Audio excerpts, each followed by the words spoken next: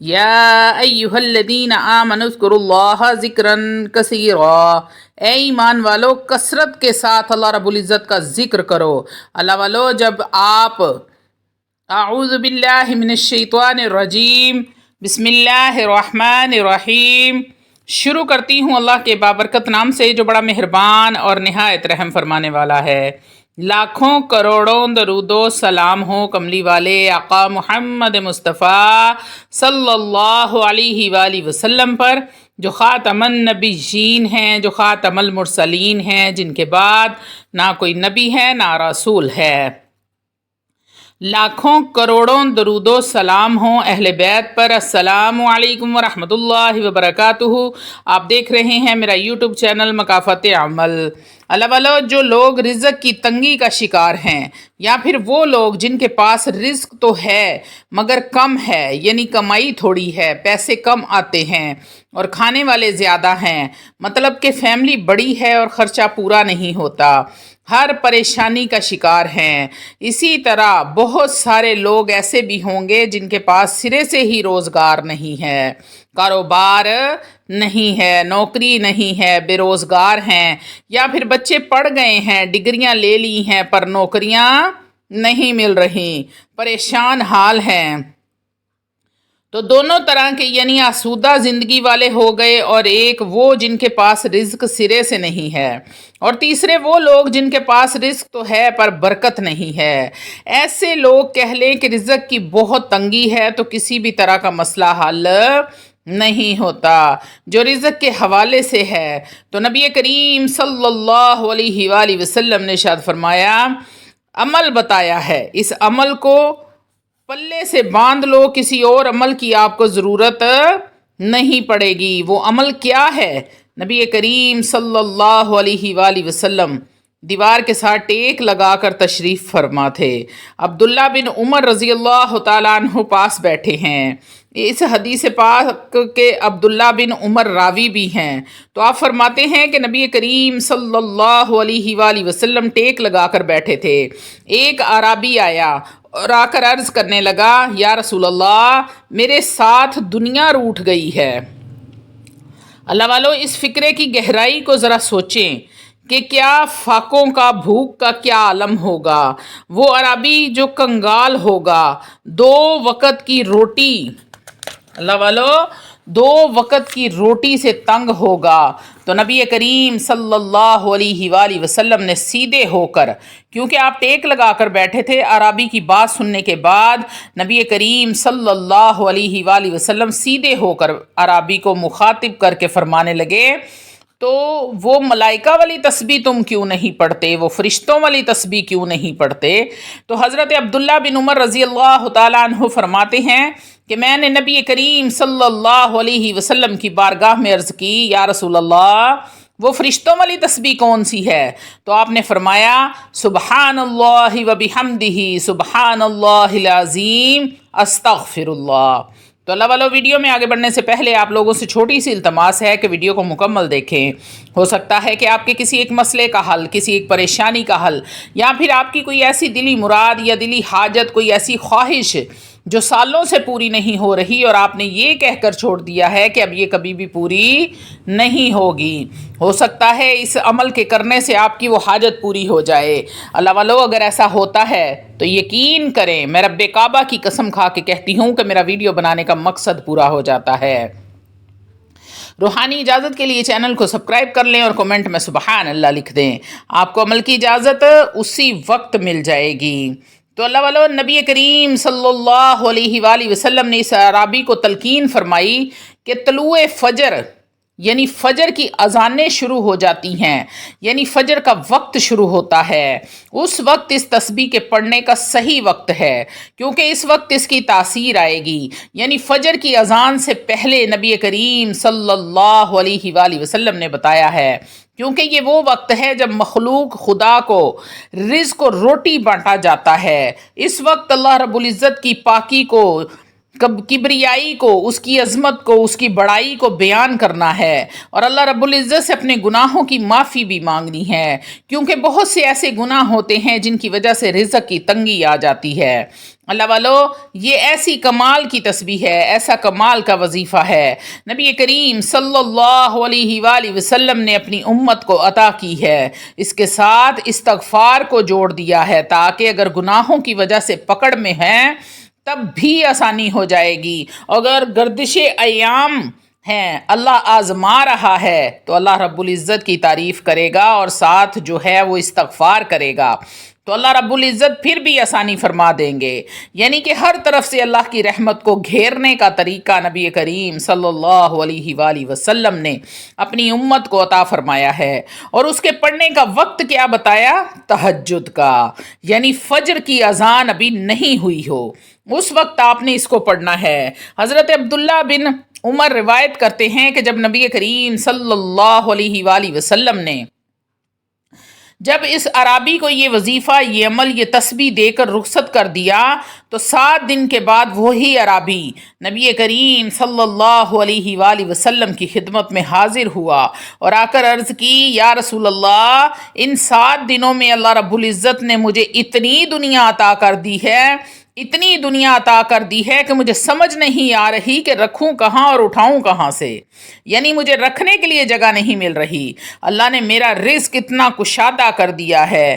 اللہ والو، یہ سارا کھیل کیا ہے؟ ایمان کا، تقوی کا۔ جب نبی کریم صلی اللہ علیہ وآلہ وسلم کی بات پر یقین ہوگا، ایمان مضبوط ہوگا اور یقین کامل کے ساتھ جب آپ اس عمل کو کرو گے تو انشاءاللہ تعالی العزیز آپ کو نفع ہو کر رہے گا۔ تو اس تسبیح کو آپ نے نماز فجر سے پہلے پڑھنا ہے، اور اگر کسی وجہ سے تسبیح اس ٹائم نہیں پڑھی جا سکتی تو آپ فجر کی نماز کے وقت بھی پڑھ سکتے ہیں۔ اللہ والو، اگر آپ آرام سے بھی پڑھو گے تو 5 سے 10 منٹ کا وظیفہ ہے، اور اگر آپ تہجد کے وقت نہیں پڑھ سکتے تو افضل عمل یہ ہے کہ آپ نے جب فجر کی 2 سنت ادا کی تو ایک تسبیح یعنی 100 مرتبہ سبحان اللہ و بحمدہ سبحان اللہ العظیم استغفر اللہ آپ نے پڑھ لینی ہے، اور پھر آپ نے 2 فرض ادا کرنے ہیں۔ اب میری مائیں اور بہنیں یہ سوال کریں گی کہ جن دنوں میں نماز نہیں پڑھنی ہے تو ان دنوں میں کیا کرنا ہے؟ تو اللہ والو، یہ وظیفہ ہے، یہ عمل ہے، اس کا نماز کے ساتھ کوئی تعلق نہیں ہے۔ آپ نے اپنے وقت پہ اس وظیفے کو کرنا ہے، بلکہ آپ کے پاس اگر ٹائم ہے تو اس وظیفے کی تعداد جو 100 بار بتائی گئی ہے اس کو کثرت کے ساتھ پڑھیں۔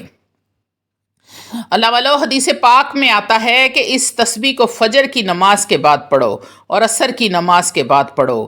اس لیے وہ میرے بہن بھائی جو مالی تنگ دستی کا بے حد شکار ہیں، وہ ایک تسبیح صبح فجر کے وقت کریں اور ایک تسبیح عصر کے وقت کریں۔ اس عمل کے ساتھ اللہ والو، آپ کو کسی اور عمل یا کسی اور وظیفے کی ضرورت نہیں پڑے گی۔ اللہ رب العزت اتنا نواز دیں گے، اتنا نواز دیں گے کہ آپ کا گمان بھی نہیں ہوگا۔ اللہ والو، رزق بڑھانے کے لیے اس سے طاقتور اور آسان ترین عمل کوئی نہیں ہے۔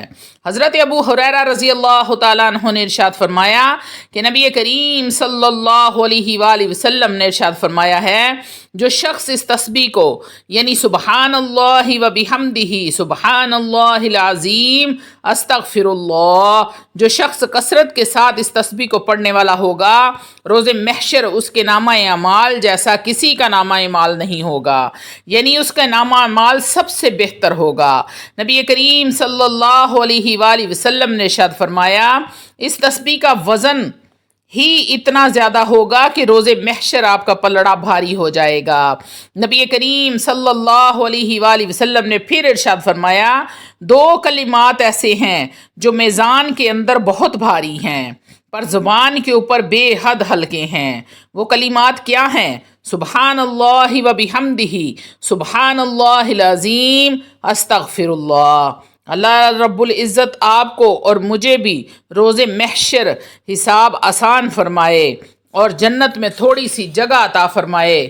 اللہ والو، وظیفے کو اگر آپ وظیفے کی شرائط سے کریں گے تو آپ کو 100 گنا فائدہ زیادہ ہونے والا ہے، اور خاص کر کے جب آپ ماہ ربیع الاول میں جشن آمد رسول میں اس رسول کی آمد والے مہینے میں کریں گے جو اللہ کا محبوب ہے، اللہ کے محبوب کی آمد والے مہینے میں کریں گے تو انشاءاللہ تعالی العزیز آپ کو 100 گنا کیا ہزاروں لاکھوں گنا فائدہ زیادہ ہوگا۔